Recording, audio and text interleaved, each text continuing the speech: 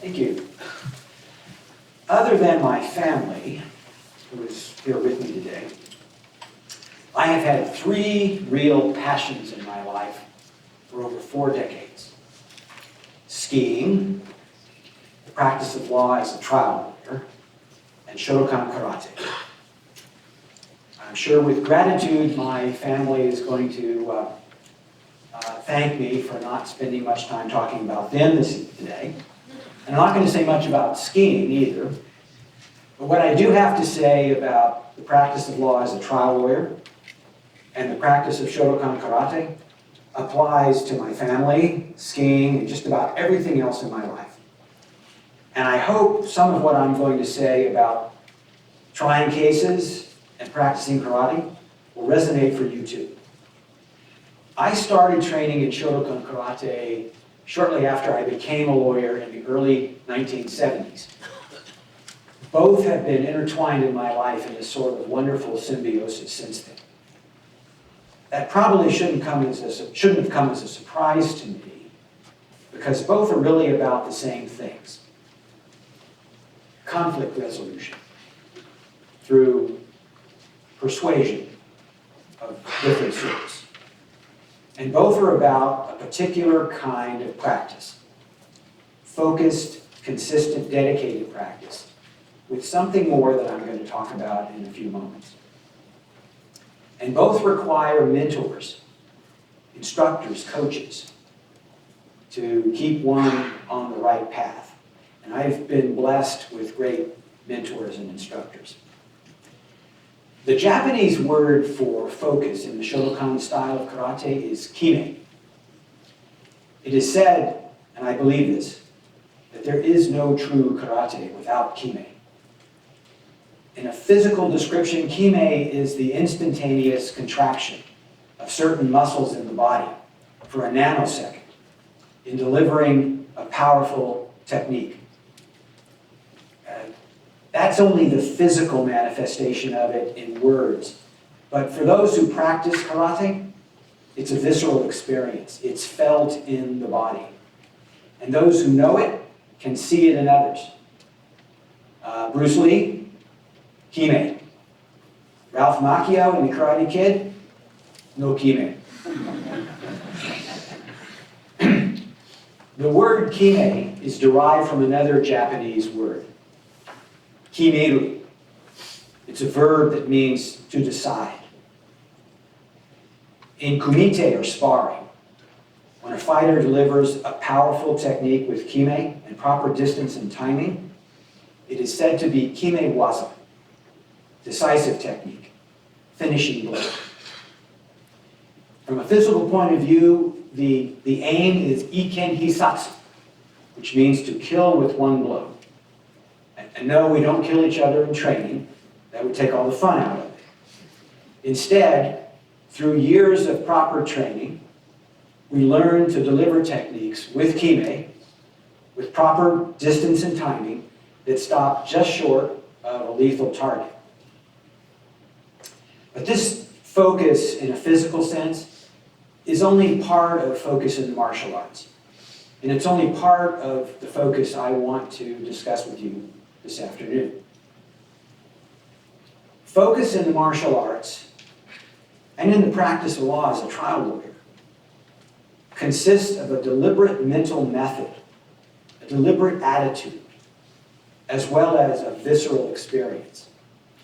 And that dual focus, I believe, can positively affect all aspects of our lives and answer some really important big life questions, like, what does it take to get on the road to mastering anything in our lives?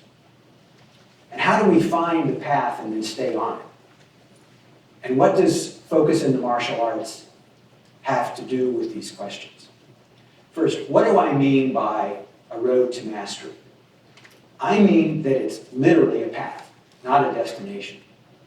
It's a path without an ending. In my own experience in trying cases and in practicing karate, I have found that the longer I've been on the path and the more skillful I've become, the less I have thought of myself as a master.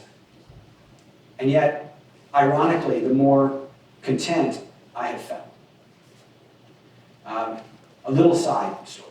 When Paul McCarthy was putting this together, he asked me for my bio, and I gave it to him, and he saw that I had been training for many decades and had reached a fairly high grading in my style. And he had originally listed me as a karate master. I immediately responded and asked Paul to change the description. I said, I don't think of myself that way. I don't ask people to refer to me that way. And I would prefer that if you could just change it to something like karate instructor, which he graciously did. If I had thought about it a little longer, I think I would have asked him to change it to this: extremely advanced beginner. Because that's the way I think of myself, as still having a beginner's mind, as still being curious and still learning. And I feel that way about everything I'm doing, both in karate, in my work as a trial lawyer, and in every other aspect of my life. So what does this path to mastery look like? Well, the conventional wisdom is that the path to mastery is this always upward moving straight line. But I don't believe that's the case. The actual path to mastery looks like this. It's a series of plateaus. Now, this piece of art comes from one of my favorite martial artists and authors, George Leonard, who wrote a book conveniently entitled Mastery. And in this book, he describes the path to mastery as a series of plateaus. When you start on any particular skill set, you have to travel a plateau. As you start to learn mind and body. But after a while on the plateau, there's a surge of progress, followed by a slight decline. The slight decline happens because you're now being offered the opportunity to engage deeper, more complex skills. And then you're on another plateau. And then another surge of progress, followed by another slight decline, another higher plateau, and so on, and so on, and so on. Now, this is an idealized view. Sometimes the plateaus are longer, sometimes shorter, but this is the typical progression. The key here, though, is that all of the learning is happening on the plateau. George Leonard writes that while you are practicing, you have to be willing to stay on that plateau, even when you seem to be getting nowhere. Because that's where mind and body are learning this deliberate mental method and this visceral experience. So, what do we need to do? Well, first of all, we need to recognize that there's a lot of obstacles in our way. This path that George Leonard described is not an obvious one. In fact, it's a path that we usually don't get to see because the world is doing everything it can to prevent us from getting on a path and staying on it. George Leonard writes that the world can best be viewed as a prodigious conspiracy against mastery. We are seduced every day with promises of instant gratification, commercials that advertise fitness in 6 minutes or less, this or that drug for immediate pain relief, one shortcut after another. So the paths that the world is offering to us every day, 24/7, are dead ends, the opposite of a road to mastery. There are other obstacles. Time. We're being pulled every which way by things that distract us. Phones, the internet, television, the cacophony of sounds in our environment. It's hard to master anything without time. And there are also personality quirks that get in the way. George Leonard describes 3 different kinds of personalities: dabblers, hackers, and obsessives. all of whom are not on a road to mastery. The dabbler is the person who is literally dabbling in different kinds of activities, but never stays around long enough to find out whether there's any deeper meaning in it. The hackers are those who will stay with the task. They'll stay with it forever. But they are willing to settle for the lowest plateau and not get any better. And then there's the obsessives. I've seen them repeatedly in my school and here. The student who comes in and says, I'm in love with this. I'm going to master this in 6 weeks. And they will train very hard for those 6 weeks until they get terribly frustrated and then quit and go on to something else. I have myself some traits of the dabbler. And I'm a hacker when it comes to things like bowling and golf. And maybe you've had that experience too with some things. But there is a time in our lives when we need to find those things we're willing to dedicate ourselves to. But how do we do that in light of all these obstacles? Well, the first thing you have to do is decide on a practice. And I think martial arts provides the template, the perfect template, because it is the essence of this deliberate mental method and this visceral experience. That's what martial arts is designed to provide. Once you decide on a practice, you're going to need something else. You're going to need a mentor or a coach. Very important. Why is that important? Because in your practice, you need someone to keep you on the path, to help you to see the right way to practice. And there is a right way. It's not simply showing up every day, although that's really important. Because if you want to experience those surges, you have to show up. You have to train diligently, and you have to have a lot of patience. But you need something more than that, and that's what the mentor or coach will provide.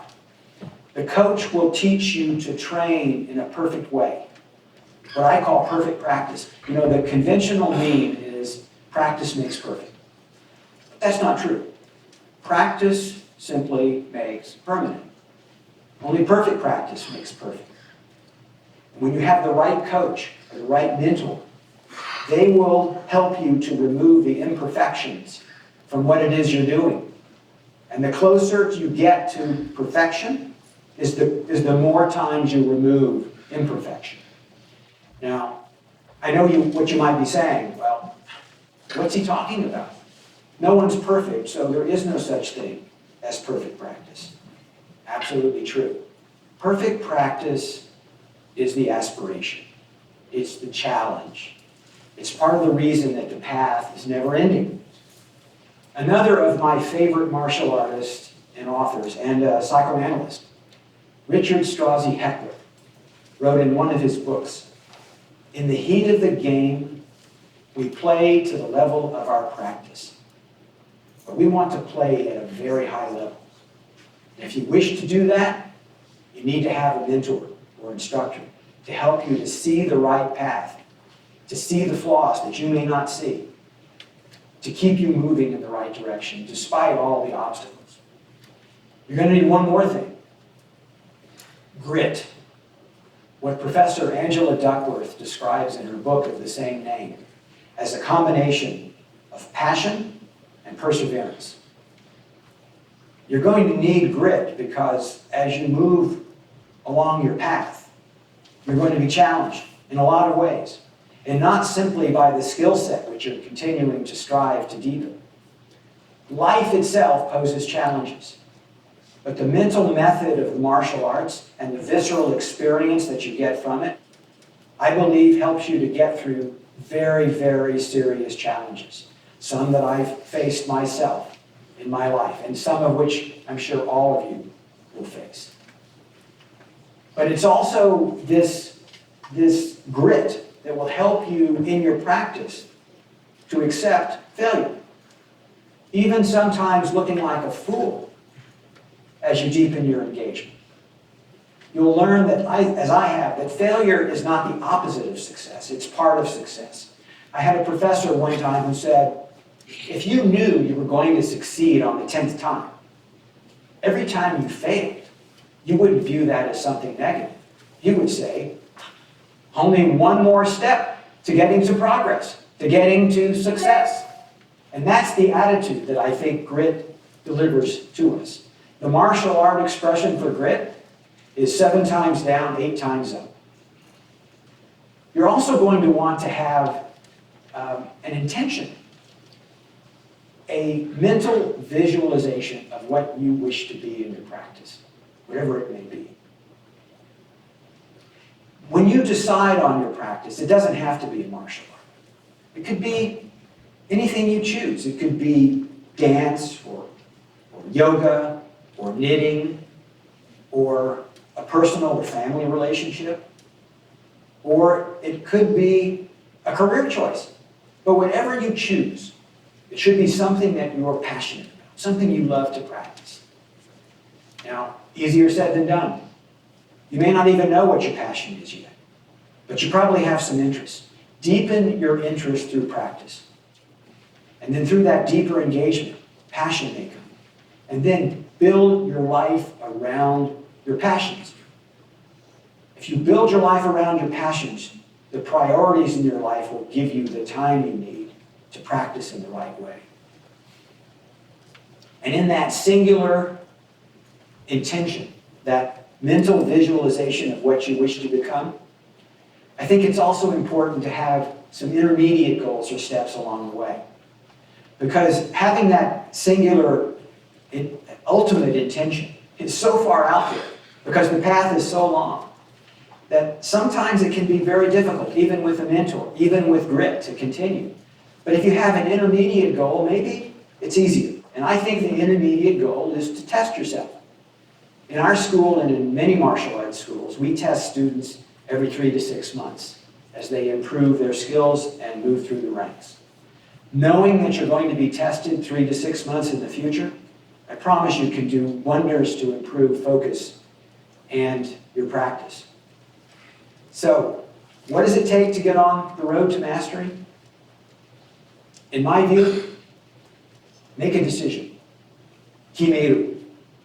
In my work, both as a trial lawyer and in practicing karate, I have experienced kimewaza.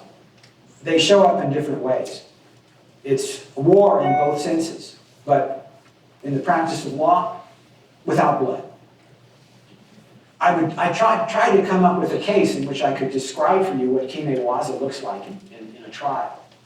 I had one, but it took so long to describe it, I thought I would put you all to sleep. But I'll give you one example that happens many times. It happened when I was a federal prosecutor and prosecuting serious federal crimes, and it's happened in private practice. This is what kimewaza looks like in the trial of a case. The defendant is on the witness stand. I'm in cross-examination of that witness. And during my cross-examination, I demonstrate before judge and jury that that witness has just lied under oath. That is kimewaza. Both in the practice of law as a trial lawyer and in the practice of karate, we see the same things. And you'll see the same things, I hope, in whatever it is you choose as your practice. You'll need the same things. Passion, perseverance, grit, your own mentor, and a huge dose of humility. In my own life, I have seen these things and how they affect my students and those who I work with. I've tried to be a mentor to others in both. There are 10 degrees of black belt in the Shotokan style of karate. And no one ever makes it to the 10th degree, except in a ceremonial sense at the end of one's life. I remember when I attained my first degree black belt many years ago, my sensei, who was a professor of Japanese at this university, said this to me: "You have been playing in the front yard of a very big house for several years now. Now you get to explore all the rooms of a very big house. I can say without any reservation, I am still exploring all of the rooms. Each of us has been given a life, a precious life. And now we just have to go out and earn it. So my final question to you, what decisions are you ready to make?